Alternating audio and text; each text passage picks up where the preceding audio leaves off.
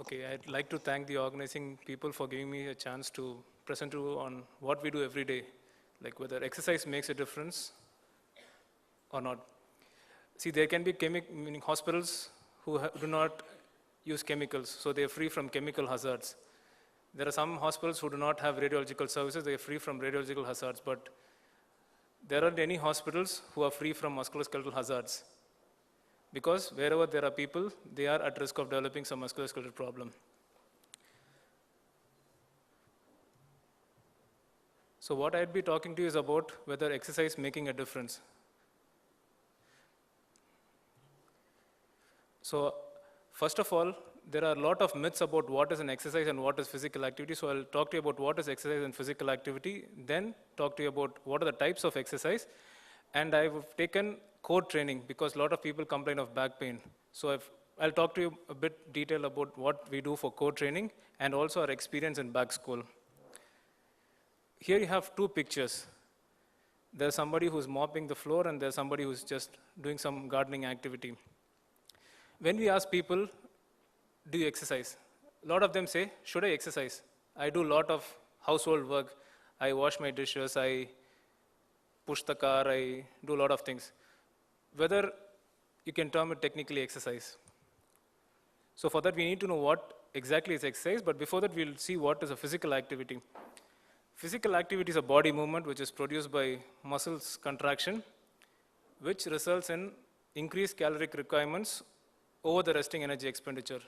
We generally have a resting energy expenditure. Anything which improves your energy expenditure is a physical activity. So then what is exercise? Exercise is a part of physical activity which is planned, and it's structured, and it's repetitive. I have to tell you about the types of exercise. Broadly, there are 4 types of exercise. One is aerobic or endurance. The second is strengthening or resistance. The third is stretching or flexibility. And the fourth is functional training. So to start off with, aerobic or endurance exercise. This is a type of exercise which uses large muscle groups. It is a continuous and rhythmic exercise. It enhances bone health. The common duration you say is about 150 to 180 minutes of moderate exercise per week is your recommended activity level. So a lot of people say, I cannot do for 30 minutes. So the American College of Sports Medicine says, even if you can't do it for 30 minutes as a stretch, you can do it in bouts of 10 minutes. So the minimum activity that you do at a stretch is about 10 minutes or more. So you can space your activities like 10 minutes in the morning or probably 10 in the afternoon and 10 in the evening. But there are some risks which are associated with aerobic or endurance exercise. The first and foremost thing is musculoskeletal injury. Probably there are a lot of people whom I can say who run. And I'm very sure that a lot of people land up with some amount of musculoskeletal injury, probably in the knee or the ankle. The next important factor is the footwear selection. It plays a very important role when you're doing some aerobic activity because you're on your foot most of the time. It's imperative that you select your footwear properly. There are various types of aerobic exercise that can be done. It ranges from walking, cycling, water exercises, running, and etc. The recommendation is you try and do it most days of a week, at least 3 to 5 times in a week. The next thing is a strengthening exercise. The importance of strengthening exercise comes in where once the muscle becomes stronger, there is less physiological strain on the joints.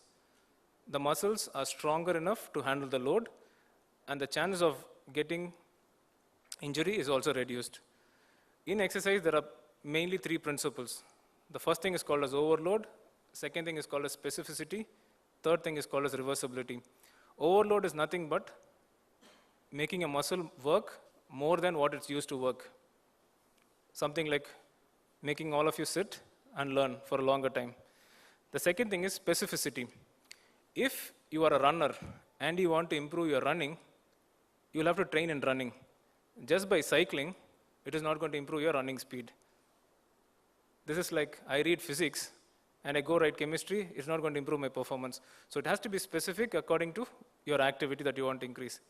The next important thing is reversibility, which means while you're doing exercise and you stop, the body tends to reverse in strength gains.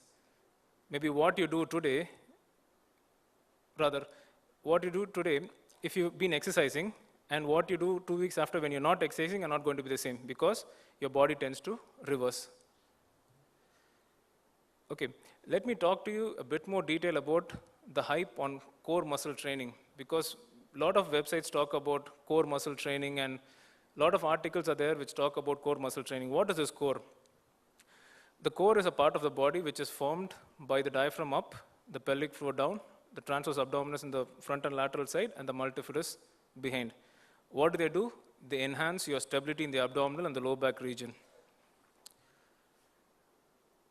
This slide looks confusing, but there is a purpose why I put this slide. It's because a lot of people think core muscle training is simple. Anything exercise I can do, it becomes a core exercise. No, there are certain muscles which do only certain actions, which is the local stabilizing muscles. They control specific segmental movement. There are few muscles in the lumbar spine which work on controlling a lumbar spine. There are certain muscles which work in the neck and control your neck movement. They work even before you do the muscle activity, which is once you initiate moving your hand, suppose I want to move my hand up, there are muscles in the back, specifically a multifidus muscle, which works few milliseconds before I even start moving my hand. That is what is called as anticipatory loading. Next thing is whether you move your hand forward or backward, those muscles work to stabilize your spine. Those are called as your local stabilizers. There are some muscles which are called as global stabilizers. They do not move the body, but they try to control the pace of movement, mostly your obliques. They work specific to the direction. Suppose if I want to move my right side would work, or my left side would work according to which muscle is working, because it is direction dependent. The other group of muscle is called the mobilizers, which help to move your body. The reason why I said this is because there are different muscles which do different activity. So prescribing a core muscle training is different for different people. It may not be the same for everyone, so one size shirt doesn't fit all.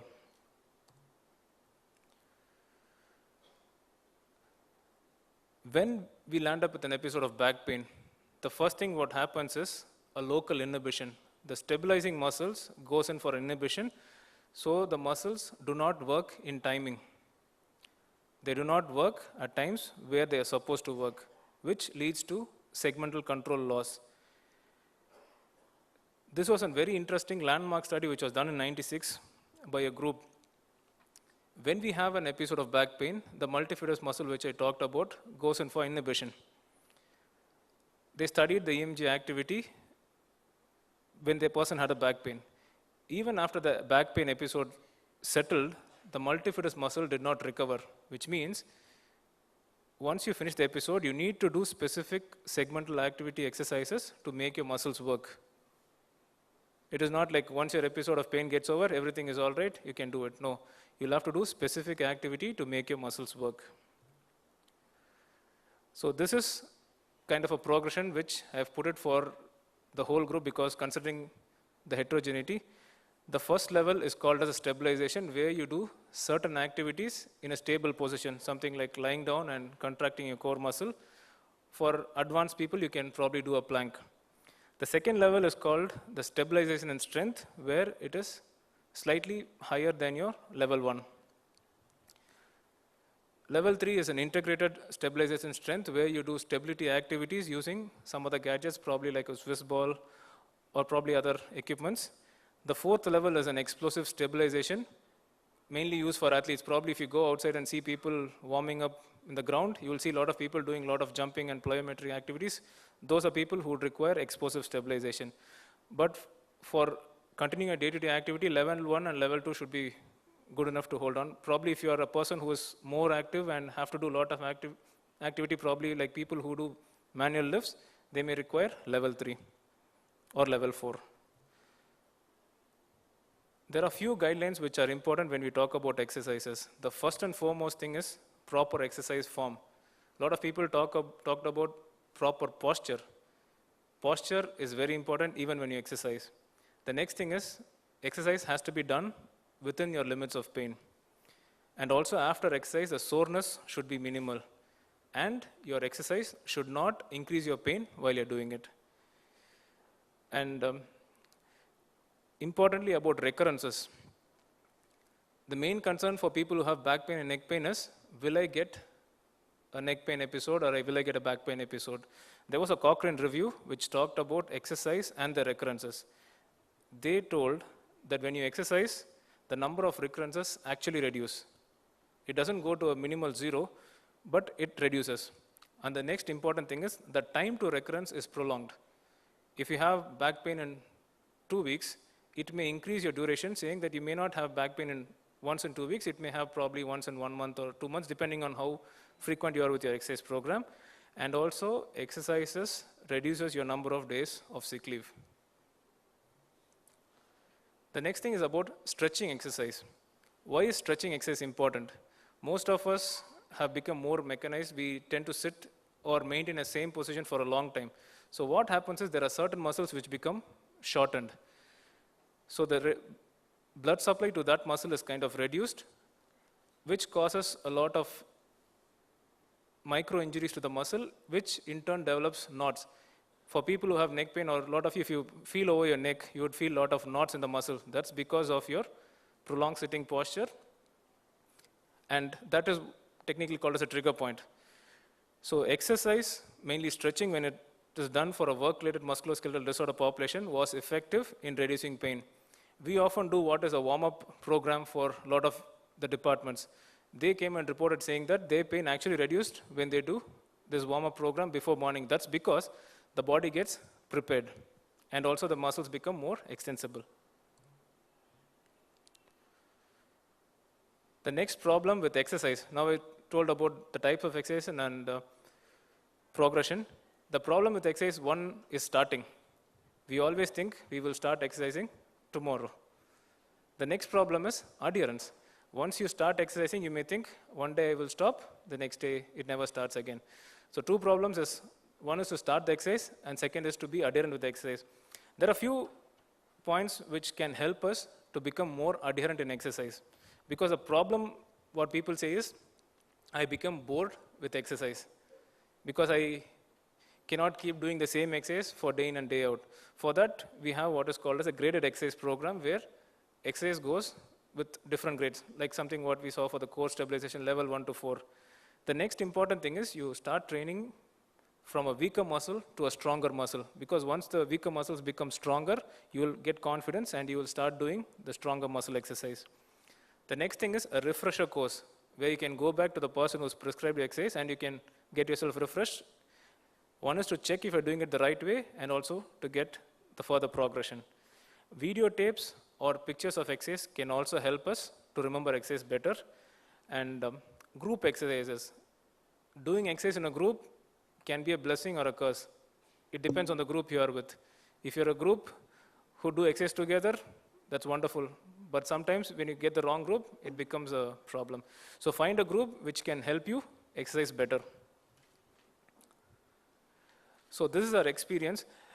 We have what is called as a back school. We do departmental visits as well as do individual treatment. We have a weekly meeting in staff clinic on Tuesdays at 4:30. There's the reason why we said 4:30, because a lot of people have difficulty coming during work time. So that shouldn't be excused. So we have the meeting from 4:30 onwards in staff clinic with a physiotherapist, an occupational therapist, a staff clinic physician, and a physiatrist. We do assessments, and when we go for department visits, we give them education on workstation designing, proper posture, and also teach people to do a warm-up exercise program. We've covered about 21 departments so far, and the people evaluated about 1,038. And to summarize, exercise is different from physical activity. There are different types of exercise. There are different core muscle exercise. Important thing is, knowledge of exercise is important, and so is the performance of exercise. Knowledge alone is not helpful for your body. For the mind, it's good, but for the body, you have to actually perform the exercise. So we are trying to get our workforce more better. Probably this is like a zero lift, but we will try our best. Okay. We have a small video.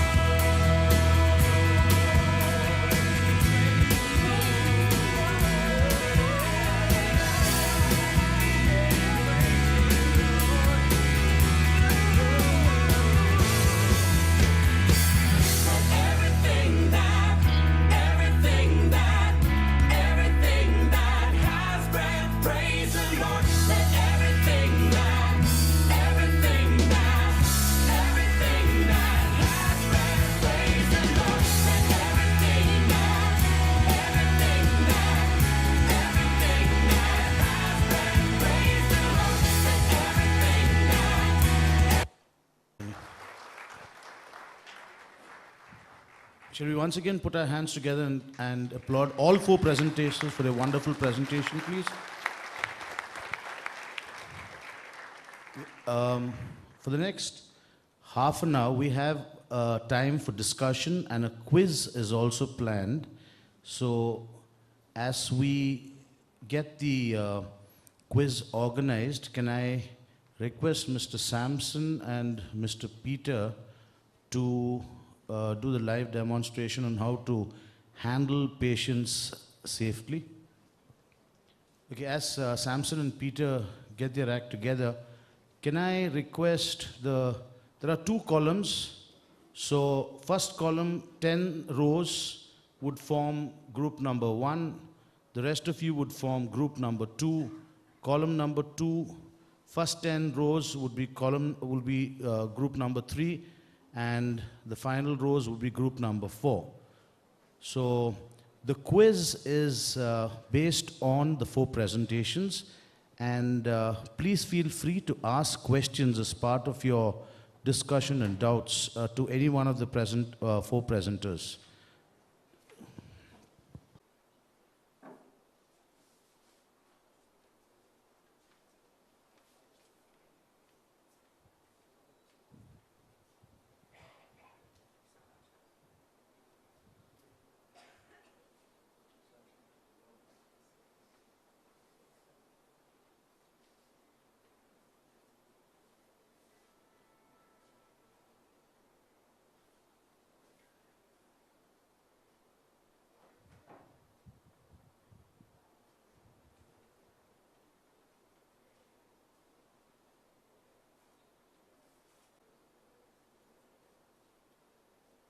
Act between the patient if he is able to stand up or have some kind of lower limb function, or if the patient is not totally able to move his lower limbs, we'll have 2 people to shift. So example, if a patient is seated in a chair or the wheelchair, if you want to move him to another surface, from a bed to a wheelchair or a bed to a chair or to a commode, we'll use a standing pivot. So this will be the 2-person carry. If the patient is a little bit heavier or if the patient is not having any function in the lower limb, 1 person should stand behind the patient, hold both the elbows flexed of the patient, insert the hands into the axilla, and the other person should crouch down and hold the knees, and then lift the patient. The person who is lifting will give the command of count 1, 2, 3, and then we'll lift the patient together.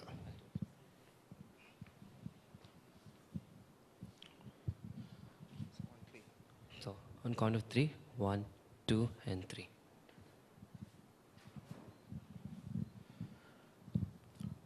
So this happens when the patient cannot exert any movement. If the patient can assist with some function in the lower limbs, then a single person can do. So the person who is shifting will stand in front of the patient. Example, a patient with stroke who has functions in 1 upper limb and 1 lower limb. So the patient can hold either the shifter's head, neck, or the hip, whereas the person shifting will hold the patient's hip. And then he can lift the person and shift him, rotate him to the other surface. So we saw in the previous presentation of Mr. Ruben, they use a pivot board. So pivot board can be used if it's not available. This technique will be safer. Many places. So classically, we'll lift the patient by using the bed sheet or it's called a transfer sheet. So this is a solid piece of shiny and smooth surface where there are the 2 people standing. Can I lie down? Lie down.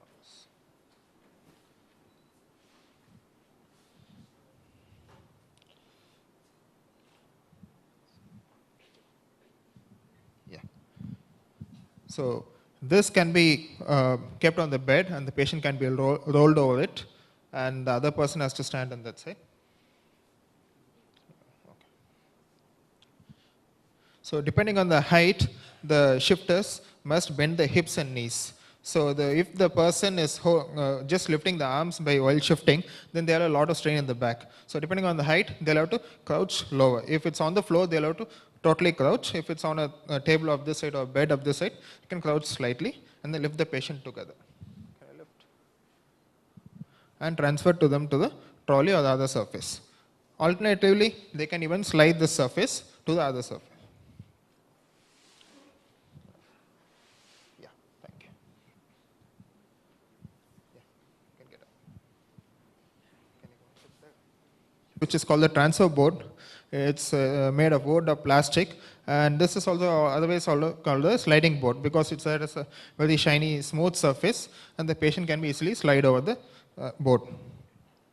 So this has to be kept beneath the patient's thigh. It acts like a bridge between two surfaces, example, a chair to a wheelchair, or a bed to a wheelchair, or a wheelchair to a commode. And the person who is shifting can stand in front of the patient and then crouch a little, hold the patient's arms or the hips, and then make the patient shift to the other surface. If the patient has good upper limbs, the patient can even hold the sliding board, and then they can move with help from the assistant or the person attendant. The more the patient does, less load on the staff. If is not able to hold the patient, we have two options. One is using a curved sliding board, which Mr. Ruben showed, and this is a rollator. This acts like a conveyor belt.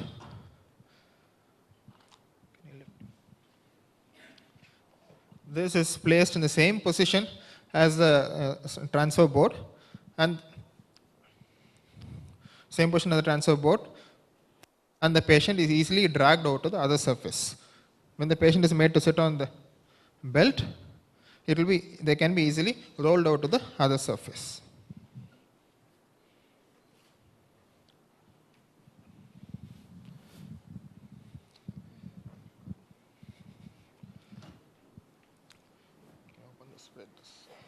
So this here is a simple bed sheet. Whenever we don't have a safe slide or a sliding board to transfer the patient, this can be kept beneath the stretched from the patient's hip to the patient's scapula. This can be held by two people on all the four corners, and the patient can be shifted.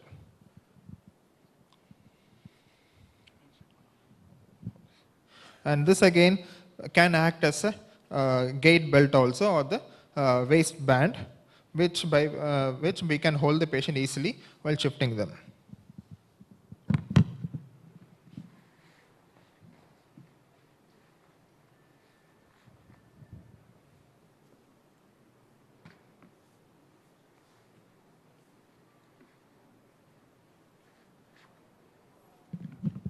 When a cloth like this or the belt is tied securely to the patient's hip, it will be easy to shift them instead of holding the arms or the clothes.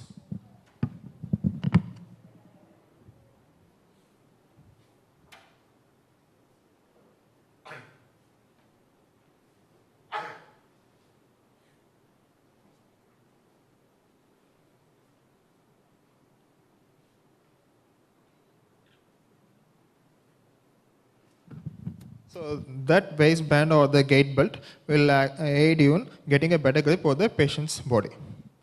Thank you. Take home message through this quiz. We'll divide the crowd into four. As you see, we have already a partition in between. From the second mic stand, can the people from the second mic stand just scooch a little bit back? So on both sides. Yeah. Just a little bit back, move your chairs a little bit back. Try to create a partition on both sides. So, so this will be group 1, I'll be group 2, behind group 1 will be group 2, and in front here to my right will be group 3, and behind them will be 4. I think group 1 is little outnumbered, so one more row behind the mic stand can join group 1. Okay. Yeah. This is group 1, group 2, group 3, group 4. 2, 3, 4. Sorry, I forgot to introduce myself. My name is Peter. I'm an occupational therapist, and this is Mr. Samuel Johnson. He's a physiotherapist. Okay, so let's start the quiz. You can pass the mics which is the students will help you pass the mics. And once you answer the question, you can pass on the mic to someone else from in your group. So everybody, at least everybody gets a chance to answer. You can discuss and answer the questions, okay? So, shall we start? Okay, first question to group 1. Okay, which of these suggests an optimal height for your tabletop while you do light work? Okay, when you're doing, yes? Elbow. Elbow level. Okay, that's the right answer, very good. So, like Dr. Kanaga said, light work, it's better that you have at elbow level. More precision work, you'll have it a little higher. And heavy work where you have to put a lot of pressure or stress, just below elbow, okay? To group 2, we must maintain our back straight while standing and sitting. Is it true or false? Yes? Anybody? Pass the mic. Yes. True. Yes, that's the right answer. Very good. Okay. Question 3 to group 3. Taking a short break in between work hours is a healthy practice. Okay. I think group 4 also answered, so yes, it's the right answer. Okay, group 4 behind. When standing for a prolonged period of time, what would you rather do? Will you shift your body weight on both of your legs or apply the body weight on like together at the same time? Both legs. So, can somebody say it in the mic? A. Okay, that is the right answer. You have to shift the body weight on both legs, like this. Okay. Question 5 to group 1.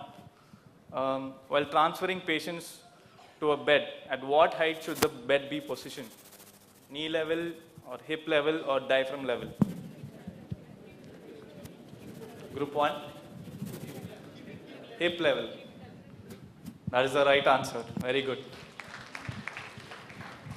Hip level is the right answer. Group 2 again. While sitting, is it necessary that you maintain your hip and knee at 90 degree? Not the back, hip and knee at 90 degree. True or false? True. That's the right answer. Very good.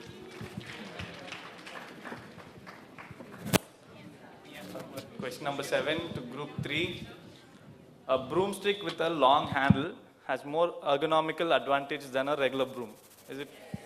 Yes. Okay. Group 4. Which one is the correct posture? Yeah, they're right. Correct posture.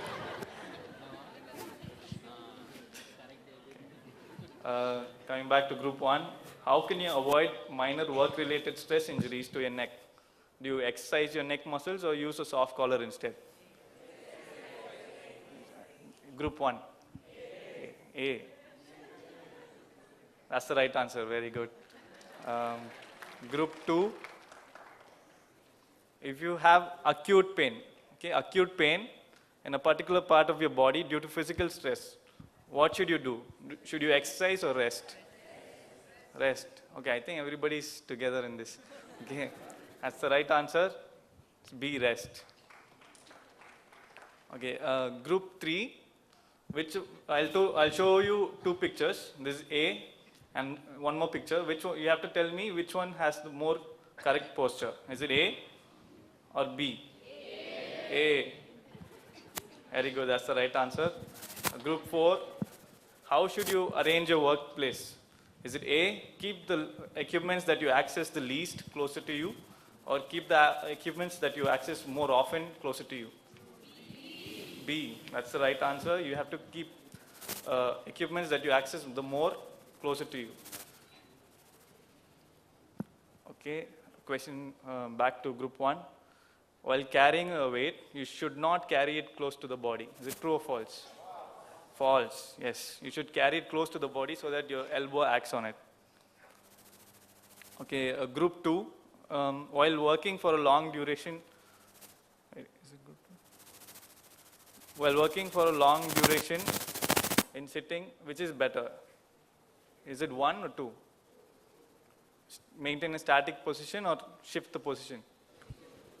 Shifting. Okay, that's the right answer. Second one is the right answer. Okay. Group 3, a nurse is applying a cast on a boy's leg, and the boy is sitting on a bed with his legs hanging down. What posture should you suggest for the nurse while he works? It's a male nurse. So, stooping down from a standing position or be in a seated position? C, yeah. It's B, a seated position. Right answer. Okay. Group 4, observe the following pictures and answer which one has more ergonomical advantage. Okay. This picture 1 is a person who is doing an ultrasound on a girl's stomach. And this picture 2, the same person. So which one has more ergonomical advantage? Okay, picture 2, that's the right answer. And back to group 1, can psychological stress aggravate physical pain? Yes, okay, I think you paid attention to the psychosocial hazards. Very good, that's the right answer. 17 to group 2, prevalence of work-related stress injuries is highest in hospital setups, true or false? Group 2, true or false? It's actually true, highest in hospital setups. Okay, question number 18, a clerk is working on a computer. So what level should he position the top border of his monitor? At eye level. So yes, that is the right answer. So the top border should be positioned at his eye level. Okay. How not to, group 4, how not to stress your back while lifting heavy objects? Do you bend down and lift a weight or squat and lift? 2, squat and lift, that's the right answer. So, not to lift, okay, that can be an option too. Proper lifting and carrying techniques, you should squat and lift. Okay, okay, last question is open. Anyone can answer. So observe the following picture. Observe the picture and answer the question. Okay, the question is the person's wrist in proper alignment? Okay, back to the picture. Yes or no? Anybody? No. Yes, it's aligned properly. Okay. It's okay? Okay, bonus question. Anybody can answer. So, will you apply ergonomics in your workstations? Yes, that's the right answer. Everybody wins. Thank you so much. Thank you very much. Well, is there any, see there, yeah. See, you asked one question, to raise your hands. Is there any part in the hospital where you are purely manual and not using any mechanical lifts? Well, as a spine surgeon, I would say that every patient, when we turn prone, we use manual. There is no mechanical lifts. And to demonstrate a small thing, the patient will be lying supine here with the intubator and anesthetist, and there will be a 10-inch frame which will be this height. So I have to lean forward, 4 people, take the patient in the hand, and then manually lift the patient to this. Is there any other alternative for it, apart from not operating the patient?